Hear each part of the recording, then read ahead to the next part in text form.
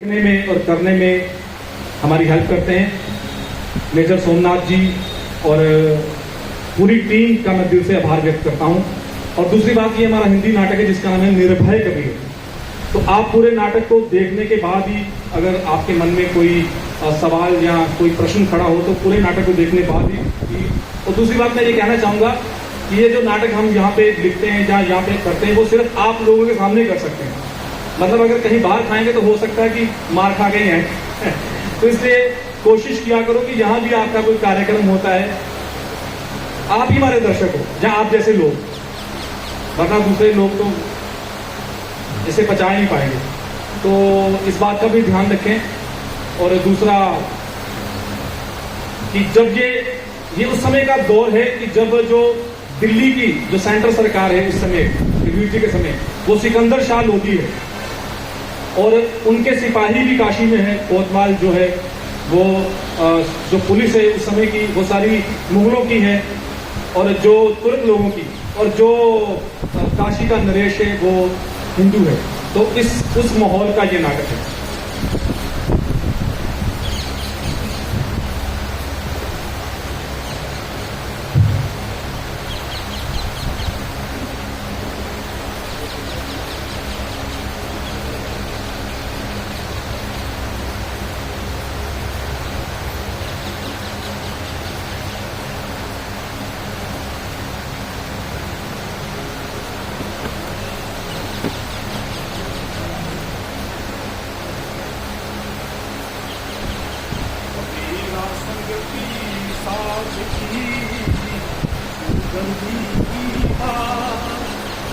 कुछ गंदी दे नहीं तो भी घास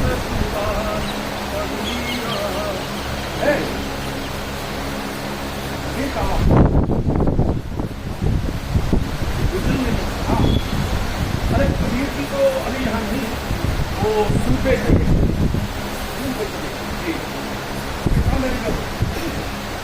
तो वो शाम को ही आए। काम कहाँ करते हैं? काम तो यही करते हैं। ये उन्हीं की खड़ी है और ये जो कुर्ता ये उन्हीं का। अच्छा, ये उनकी खड़ी है? जी जी। अच्छा,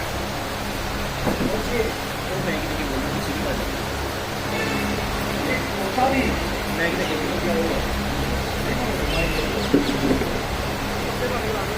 ये कुर्ता कबीर का है? जी जी, कबीर साहब का है। अरे भाई इतना खराब ना। अरे भाई आपके कबीर से लोगों के लिए सोच बोलना कि भाई थोड़ा सा अपने लिए भी सोच बोल लिया करें। देखिए घर से कपड़े पहन लिया करें। हम गरीब जिलाहे हैं, अगर अपना बनाओ सूट खुद पहनेंगे तो बेचेंगे क्या और कमाएंगे। अरे भाई जी मुझे बड़ा आश्चर्य हो रहा कि इतने बड़े कवि और इतनी निर्धन अवस्था में अपना जीवन व्यतीत किया। मेरे लिए तो आश्चर्य की बात है कि आप जैसे पंडित लोग कबीर जी को महान कवि कह रहे हैं।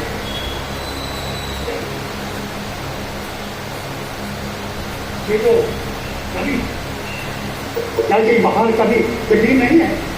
नीमा और नीमा के पुत्र। हाँ, ये नीमा और नीलू जी के भी पुत्र हैं कबीर जी। राम नाम सब जगत बहाने आदि राम कोई करना चाहिए, ये इनकी कविता लिखी हुई नहीं है। नहीं, ये इनका लिखा हुआ नहीं। अच्छा, अरे भाई मुझे भ्रमित मत करो। मैं काशी विदेश की ओर से इस कबीर को मिलने के लिए आया और मुझे सच सच बताओ कि ये कबीर पूर्णिया जिले में मिलने के लिए आया हूँ। अरे आप मेरी बात तो समझ नहीं रहे। ये जो कविता आपने बोला ना कि राम नाम सब जगत बखाने आदि राम को बिरला जाने, ये कबीर जी का लिखा हुआ नहीं है। क्योंकि कबीर जी कुछ नहीं लिखते, उनको लिखना नहीं आता ना, वो सब कहते ही हैं। ओहो, इसका मतलब कबीर जी लिखना पढ़ना नहीं जानते हैं। अरे कभी तो अरे जब भी कबीर जी कविता लिखते हैं कि उनके जो शब्द होते हैं उनकी रूपरेखा सही ढंग की नहीं होती है। हाँ बिल्कुल बिल्कुल। देखो मैं काशी विदेश की ओर से उनका निमंत्रण लेकर आया। कबीर जी के लिए निमंत्रण? हाँ, मतलब काशी नरेश ने कबीर जी को राजभवन में बुलाया। राजभवन में बुलाया। अच्छा, आपके कहने का भाव यह है कि कबीर जी को पहले जो कोड़े गली और चौराहे में लगते हैं अब राजभवन में जाके लगेंगे। अरे दोस्त इतनी छोटी सोच है तुम्हारी। अरे भाई अब कबीर को कोड़े नहीं बल्कि मान सम्मान देने के लिए मंत्री ने बुलाया। कबीर जी को मान सम्मान देने के लिए। बिल्कुल। क्या मैं जान सकता हूँ मतलब किस तरह का मान सम्मान? अभी तुम जानते नहीं? अरे कबीर ने हमारे लिए बहुत कुछ किया, हमारे धर्म के लिए, हमारे समाज के लिए। वो तो ठीक है, पहले आप तो ये तो बताइए कि किस तरह का मान सम्मान देना चाहते हैं? भाई उनको कविराज का पद देना चाहते हैं वो। कविराज यानी कि राजभवन में कवि? हाँ। अच्छा, इतना बड़ा मान सम्मान क्यों देना चाहते हैं? अबे तुम जानते नहीं? अरे कबीर ने हमारे लिए, हमारे समाज के लिए, हमारे धर्म के लिए बहुत कुछ किया वो। आपके धर्म के लिए? हाँ। मैं समझा नहीं, मतलब क्या किया? अरे अरे आज के 20 दिन की पहले तो देखो घटना ज्यादा। आज से 20 दिन पहले की घटना, मतलब कैसी घटना? 20 दिन पहले तुर्क कोतवाल ने उन्हें चौराहे में खड़ा करके कोड़े मारे थे। ज्यादा तुम्हें? वैसे तो कबीर जी को कोड़े हर रोज ही लगते हैं, 20 दिन पहले हाँ चौराहे पे याद आया, ठीक है। लेकिन क्यों मारे थे? वो तो इसलिए मारे थे, कुछ तुर्क लोग गाय को मारने के लिए लेके जा रहे थे और गाय के पीछे पीछे उसका बछड़ा भी रोता हुआ जा रहा था। तो उस बछड़े की हालत देखकर कबीर जी ने बोल दिया कि दिन में रोजा रहते हैं, रात में है गाय, वो खून ये बंदगी, कहूँ क्यों खुशी खुदा है। अच्छा। और इतना कहा था तो सिपाहियों ने आकर उन पर कोड़े चढ़ दिए। अच्छा, वैसे आपको बताऊं कि कल शाम को भी कबीर जी को कोड़ों से मारा गया। अच्छा, कल शाम को भी मारे थे? हाँ, कल शाम को, ये जो मस्जिद है ना पास वाली, अच्छा ये मस्जिद। हाँ, यहाँ पे एक काजी साहब नमाज पढ़ रहे थे, तो उनके नमाज पढ़ने के तरीके को देखकर कबीर जी ने कहा कि कंकर पाथर जोड़ के मस्जिद लियो बनाए, ताचड़ मुल्ला बांध दे, क्या बहरा हो खुदाए। तो काजी साहब ने सुन लिया। तो काजी साहब नमाज पढ़ने के बाद सीधे सिपाहियों को लेकर आए और सिपाहियों ने कोड़े जड़ दिए। हो। अरे भाई देखा जाए तो आपके कबीर पर बहुत बड़े अत्याचार हो रहा है। लेकिन कबीर बोलते तो सच ही है ना? हाँ, बोलते वो सच है। हाँ देखिए, आज के बाद अगर बोलते सच है, क्योंकि इन तुर्कियों के पास सच सुनने की ताकत नहीं है। लेकिन मैं कबीर की वीरता की दाद देता हूं कि इतना प्रताड़ित होने के बाद भी वो सच बोलते हैं। लेकिन आज के बाद कबीर कभी प्रताड़ित नहीं हो पाएंगे, क्योंकि काशी नरेश की होप से मैं उनको वचन देता हूं कि तुर्कियों का एक तोड़ा क्या अब कबीर को एक दिन का भी छू नहीं पाएगा, ताकि पूरा राज दरबार अब कबीर के समर्थन में होगा और कबीर अपनी कविता के माध्यम से अपनी आवाज को और बुलंद करेगा और कबीर के भक्ति के साथ अब उसकी शक्ति भी होगी, हिंदू राजा की शक्ति, जो तुर्की मजहब का विरोध करने वाले सच्चे व्यक्ति के साथ होती है। अच्छा, आपको लगता है कि हमारे कबीर जी तुर्की मजहब का विरोध करते हैं? बिल्कुल करते हैं। अरे पंडित जी, आप तो भ्रमित हो चुके हैं। अरे कबीर जी तुर्की मजहब का विरोध नहीं करते, वो तो पखंड का विरोध करते हैं। और आपको शायद ज्ञात नहीं कि आपके धर्म में भी उनको पखंड दिखता है, वो आपके धर्म का भी विरोध करते हैं। हमारे धर्म का विरोध करते हैं? हाँ। अरे भाई वो तो राम भक्त है। अरे आप तो बहुत ही अधिक भ्रमित हो चुके हैं।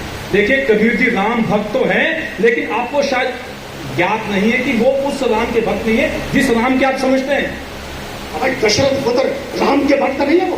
अरे शायद आपको ज्ञात नहीं है कि, सुनिए आपको समझाता हूँ।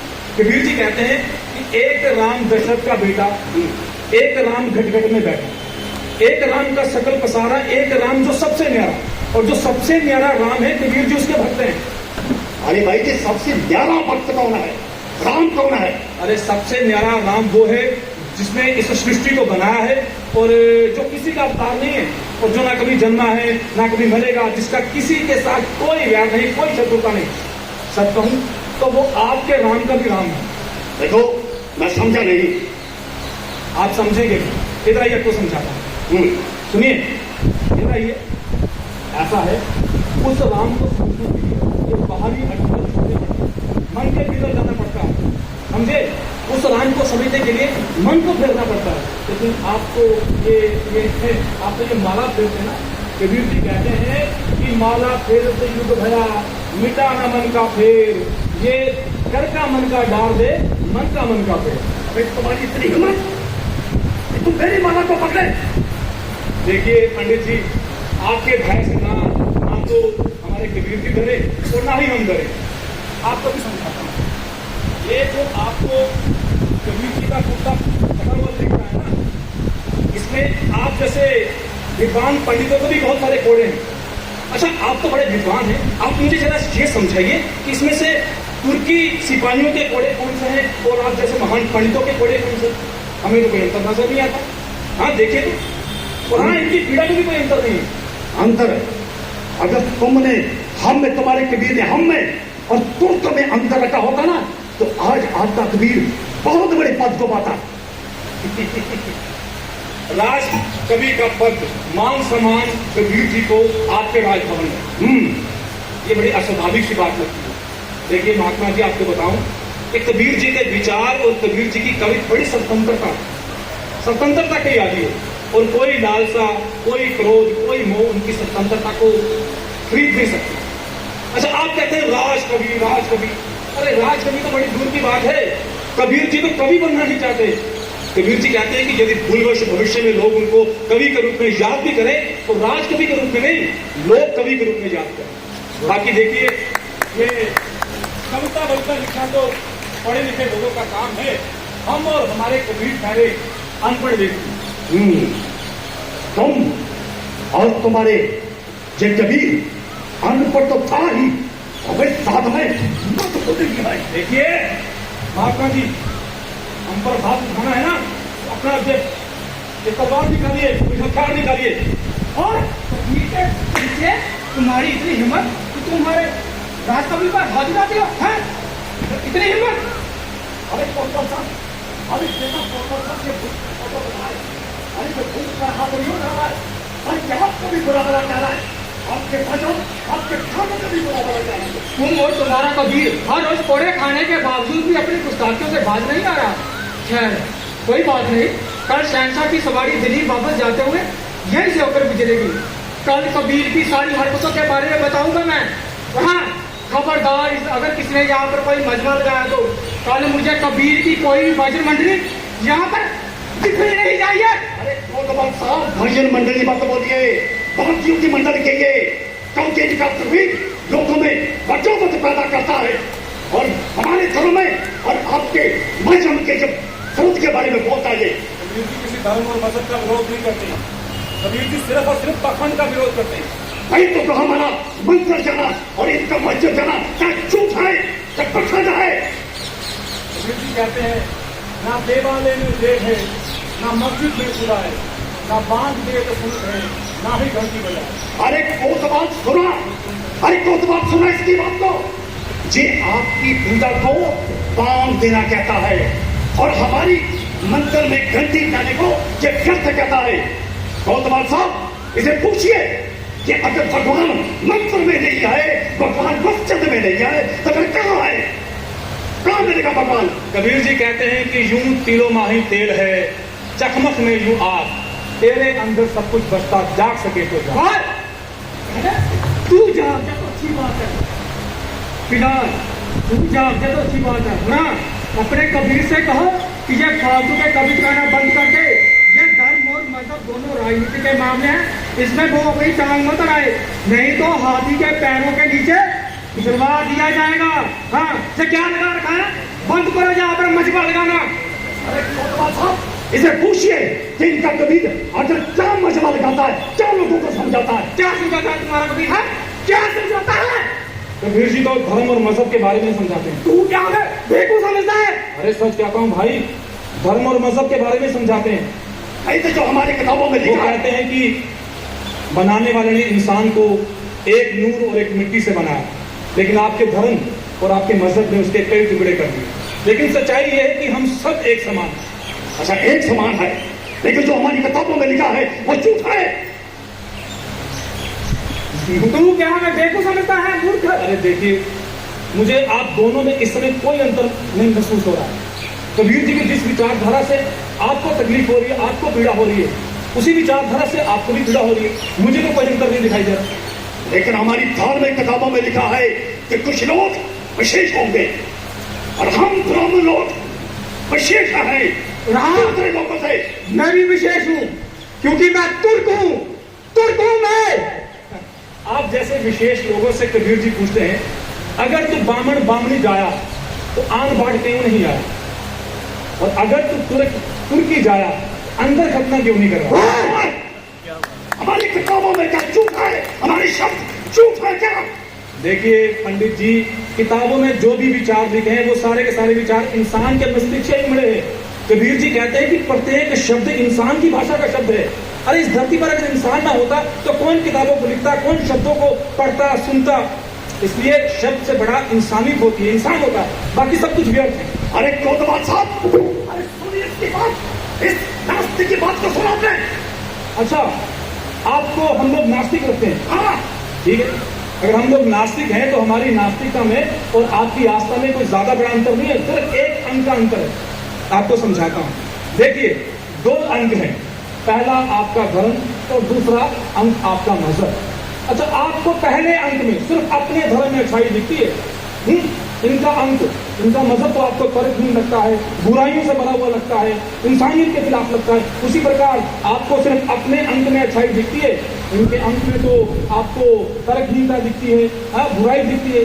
तो मेरा फर्क सिर्फ इतना है कि मैं आपके दोनों अंकों में बुराई देखता हूँ, दोनों को तर्कहीन समझता हूँ। अच्छा, तुम्हें हमारे धर्मों में भिन्नता दिखाई देती है? बिल्कुल, मैं दोनों का विरोध करता हूँ। अगर तुम दोनों का विरोध करते हो तो जानते हो कि हमारे धर्म का विरोध करने का मतलब, हमारे धर्म का विरोध करने का मतलब काशी नरेश का विरोध करना। और मजहब का विरोध करने का अर्थ है दिल्ली सल्तनत का विरोध करना। और तुम तो वाकई में बागी हो। और तुम्हारा कबीर तो खतरा है हमारे लिए। हाँ हाँ, कबीर जी रूढ़िवादी परंपराओं के लिए, ये झूठे बहन धर्मों के लिए, स्वर्ग नरक के लिए और गुलामी के लिए खतरा ही है। गुलामी? जी जी। अरे जो कबीर को इतना मान सम्मान दिया जा रहा है, जिनको गुलामी दिखाई देती है। पंडित जी, आपको क्या लगता है कि गुलामी सिर्फ जंजीरों में जकड़ने को ही गुलामी कहते हैं? अरे गुलामी कई बार जब इंसान के भीतर इस गुलामी के प्रति क्रांति उत्पन्न होती है ना, तो गुलामी बड़े बड़े उपहारों का रूप धारण करके आती है, बड़े बड़े राजपदों का रूप धारण करके आती है। हम इस बात को अच्छी तरह से समझते हैं कि आपके जो नरेश हैं, काशी नरेश, वो कबीर जी को राज कवि का पद क्यों देना चाहते हैं? वो उनके विचार और उनकी कविता के प्रचार प्रसार के लिए नहीं देना चाहते, बल्कि उनकी विचारधारा को बदलने के लिए देना चाहते हैं। आप समझ चुके हैं ना? तो फिर अपने कबीर को समझाइए कि अपने विचार बदलने, अच्छा रहेगा उनके लिए। अगर तुम्हारा कबीर प्यार से बदलेगा तो ठीक है, वरना हमें जबरदस्ती बदलना होता है। देखिए, प्यार और लालसा से तो वो बदले नहीं, आप अपना सबर भी इस्तेमाल करके देख लीजिए। बेशक आजमाएंगे। तुम वक्त का इंतजार करो, तुम्हारी ये मुराद जरूर पूरी होगी, जरूर पूरी होगी। लेकिन आपके कबीर आकर चाहते क्या है? अरे मान सम्मान वो नहीं चाहते, धन क्षमता वो नहीं चाहते, तो आखिर क्या चाहते आपके कबीर? ये पंडित जी आपने सही प्रश्न पूछा कि कबीर जी आखिर चाहते क्या? हाँ। ये कबीर जी क्या चाहते हैं? कबीर जी चाहते हैं कि ये रूढ़िवादी परंपराओं को आधार बनाकर, धर्मों को आधार बनाकर, स्वर्ग नरक को आधार बनाकर, सदियों से जो आपने दीन दुखियों लोगों को गुलाम बना रखा ना, इनको आजाद कर दिया। कबीर जी इनकी आजादी चाहते हैं। अरे पहले अपने बारे में सोचे, फिर दूसरे के बारे में सोचना। अरे क्यों खामखा तुम्हारा कबीर दूसरे दीन दुखियों के लिए अपने आप को कुर्बान करने पर तुला है? ये उसकी समझदारी नहीं है, बेवकूफी है, बेवकूफी। कोतवाल साहब, जिस गुण को आप बेवकूफी समझते हैं ना, हमारे कबीर जी उस गुण को शूरवीरों का गुण कहते हैं। शूरवीरों का गुण कबीर जी कहते हैं, सूरा सो पहचानिए जो लड़े दीन के है, पुरजा पुरजा कट मरे कभी ना छाड़े के। ये जो शूरवीरता है ना, ये दीन दुखियों को बचाने की जो भावना आपके कबीर की है, आपके कबीर को गंगा में डुबोकर इससे भी समाप्त कर दूंगा मैं। देखिए पंडित जी, आप गंगा में कबीर जी को डुबो सकते हैं, लेकिन कबीर जी की विचारधारा और उनके कबीर को नहीं, क्योंकि वो बहुत ज्यादा फैल चुका है। अब तो हालात ये है कि आप एक कबीर को मारेंगे ना तो 10 कबीर पैदा होंगे। हम 10 को मारने की ताकत रखते हैं, 10 को। देखिए, 10 को छोड़िए और एक कबीर को भी छोड़िए, ये कबीर का चेहरा आपके समक्ष खड़ा है, इसी को मार दीजिए।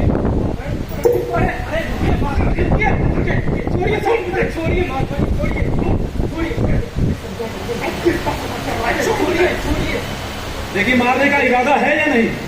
अगर नहीं है तो मैं जाऊं, मुझे अपने सूट को भिगोना है जाकर। अरे चल यहाँ से। अच्छा, हाँ, जाने से पहले छोटी सी प्रार्थना करना चाहता हूँ। देखिए, वो मरने वाले से उसकी आखिरी इच्छा पूछते हैं ना, पता नहीं जब आप मेरा या हमारे कबीर जी का वध करो तो हमसे आखिरी इच्छा पूछो या ना पूछो, तो मैंने सोचा कि अपनी आखिरी इच्छा आपको बता ही देता हूँ। जो भी कहना है जल्दी कहो। देखिए, बस इतनी सी अर्ज है कि अगर कभी हमारा वध करना हो या कबीर जी को कत्ल करना हो तो इस काशी में हमारा वध मत कीजिए। ये काशी के पास ही एक स्थान है मगध, वहां पर ले जाकर हमें मार। अरे आप पूछ रहे हैं मतलब क्यों? अरे आप इतने महान पंडित, आप पूछ रहे क्यों? कहते हैं कि इस काशी में जो मरता है उसे मोक्ष मिलता है, बस वही मोक्ष हमें नहीं चाहिए।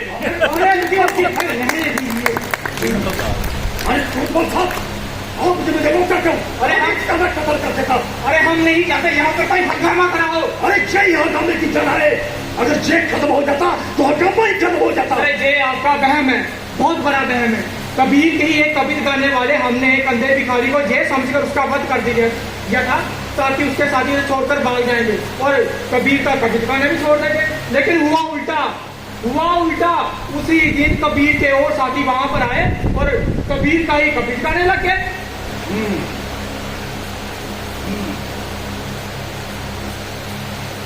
इसका भाव ये है कि अब कबीर और कबीर के साथियों को मारना असंभव है। बेशक अरे उनको मारना असंभव है, लेकिन उनकी विचारधारा को मारना असंभव नहीं है। मैं कबीर की विचारधारा को खत्म करूंगा, उसे समाप्त कर दूंगा मैं। कबीर की विचारधारा को आप खत्म करेंगे? हाँ जी, आपने बिल्कुल सही कहा, बिल्कुल सही कहा महात्मा जी। कबीर को मारने से अच्छा है कि उसके विचारों को मारा जाए। जी आपने बिल्कुल सही कहा, मगर आप उसे मारेंगे कैसे? आपने पूछा तो उसे मारेंगे कैसे?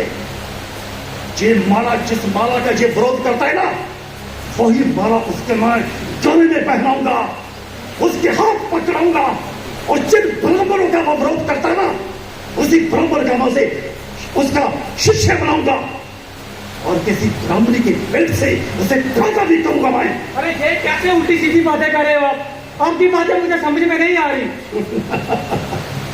अरे कोतवाल साहब, आपको समझ नहीं आएगी। जब तक जहां से कबीर जाएगा नहीं, तब तक आपको समझ नहीं आएगी। कबीर? महाराज कबीर तो यहाँ पर है ही नहीं। अरे भाई, यहाँ की बात नहीं कर रहा हूं, वहां जाने की बात कर रहा हूं मैं। अच्छा, सही कहा आपने। ठीक है जी। लेकिन कोतवाल साहब, अब मैं कबीर की एक ऐसी तस्वीर बनाऊंगा कि जो सिर्फ हमारे ही विचारधारा का प्रचार और प्रसार करेगी, सिर्फ हमारा। समझे? समझ गया महात्मा जी, ये आपने बिल्कुल सही कहा, बिल्कुल सही कहा। मैं आपके साथ हूँ। चलो